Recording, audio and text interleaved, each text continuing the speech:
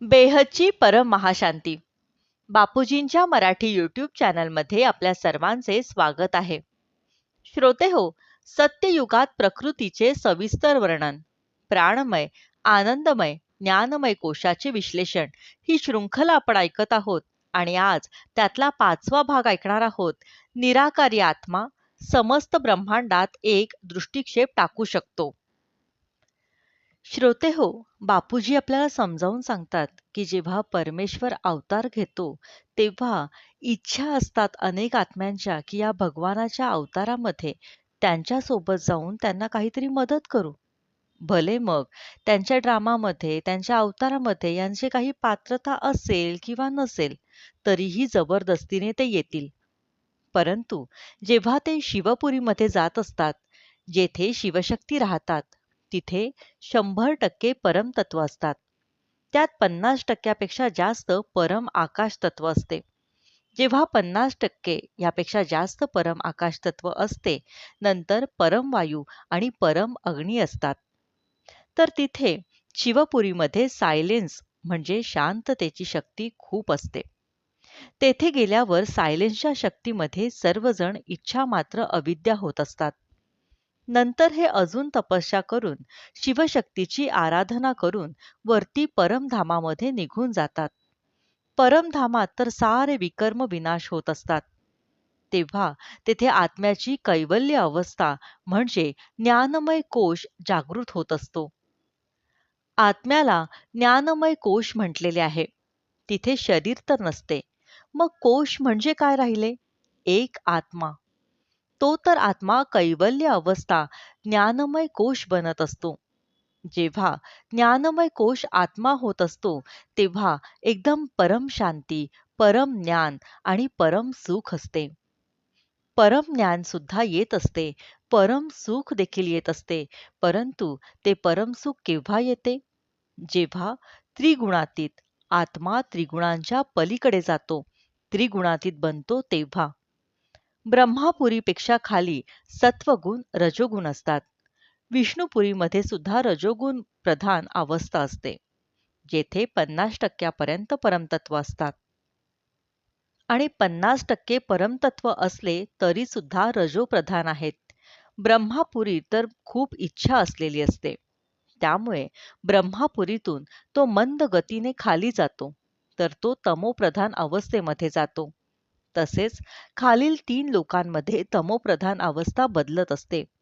भूलोक, भुवरलोक आणि स्वर्गलोक ह्यामध्ये त्याची स्टेज बदलत राहते. जेव्हा तमोप्रधान बनतात तेव्हा विनाश होत असतो. नंतर सत्वप्रधान, सत्व, रज आणि तम. सत्व, रज आणि तमो या आत्म्याच्या 3 मुख्य स्टेज आहेत. मनुष्य आत्म्यांची स्टेज बदलत असते आणि सर्व काही सृष्टी बदलत असते. जेव्हा आत्मा परमधामात जातो, तेव्हा तो कैवल्य अवस्थेत म्हणजेच निर्गुण बनत असतो. निर्गुण म्हणजे कोणत्याही गुणात नाही, तो गुणातीत होतो.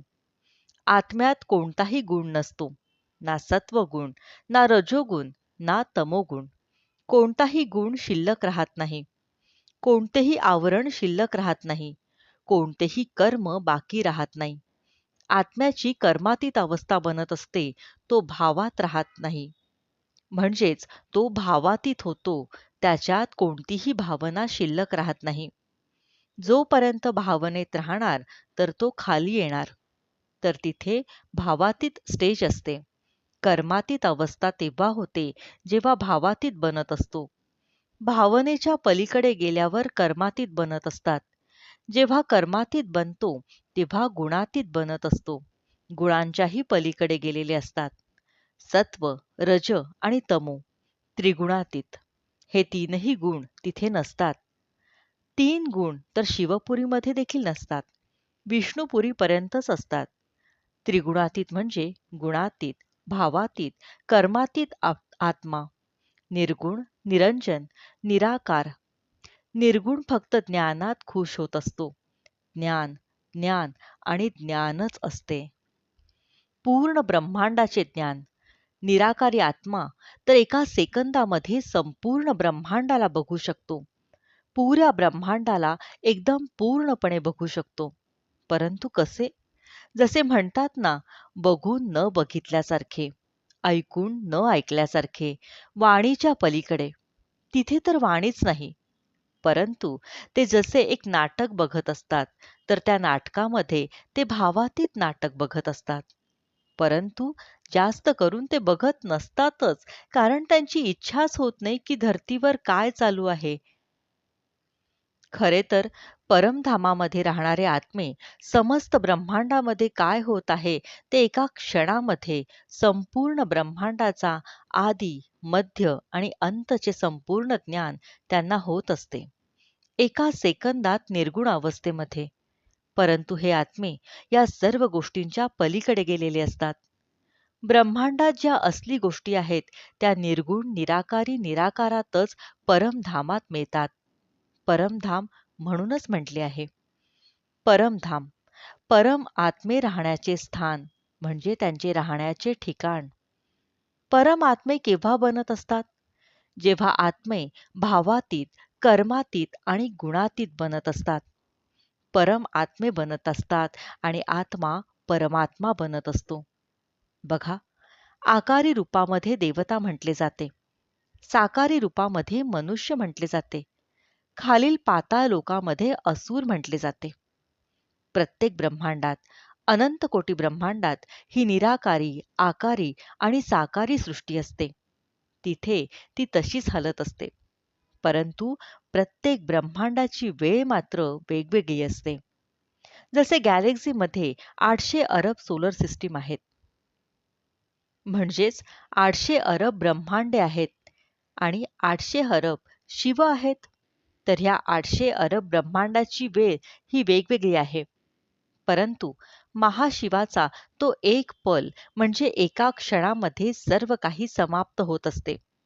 तर जेव्हा आत्मे असे निराकारी म्हणजेच खूप पॉवरफुल असतात, वास्तविकपणे जे ब्रह्माची रचना आहे, हे समजून घेण्यासारखे आहे की जी ब्रह्माची रचना आहे, ब्रह्माद्वारे ज्यांचे सृजन, रचना केली गेली आहे, ते आत्मे परमधामामध्ये जाऊन एकदम शांत होत असतात. तसेच मंद गतीने लाईटकडे आकर्षित होऊन त्यामध्ये सामावले जातात. कारण की या ब्रह्मांडाच्या शिवाने ब्रह्माद्वारे सृजन करून घेतलेले असते, म्हणून ब्रह्मांडातील आत्मे परमधामात जातात. कारण की जे आत्मे गेलेले आहेत ते ब्रह्माची रचना आहेत. म्हणून ब्रह्माद्वारे जे सृजन केले आहे ते आत्मे जास्त पॉवरफुल नसतात. जसे निराकारीतून आकारी बनतात. आकारी शिवशक्ती. श्रोते हो, याचा पुढचा भाग आपण पुढच्या भागामध्ये बघूयात. तोपर्यंत बेहदची परमशांती. हा व्हिडिओ आपल्याला आवडल्यास याला लाईक, शेअर आणि कमेंट करायला विसरू नका. बेहदची परम महाशांती. Join us daily for our morning live meditation, Monday to Saturday, 5:30 to 6:30 a.m. Join us daily for live meditation, 10 p.m. to 11 p.m. on YouTube Live. Subscribe now. Website www.paramshanti.org. Email us anant@paramshanti.org. Like, share, subscribe. Join today. बेहद की परम शांति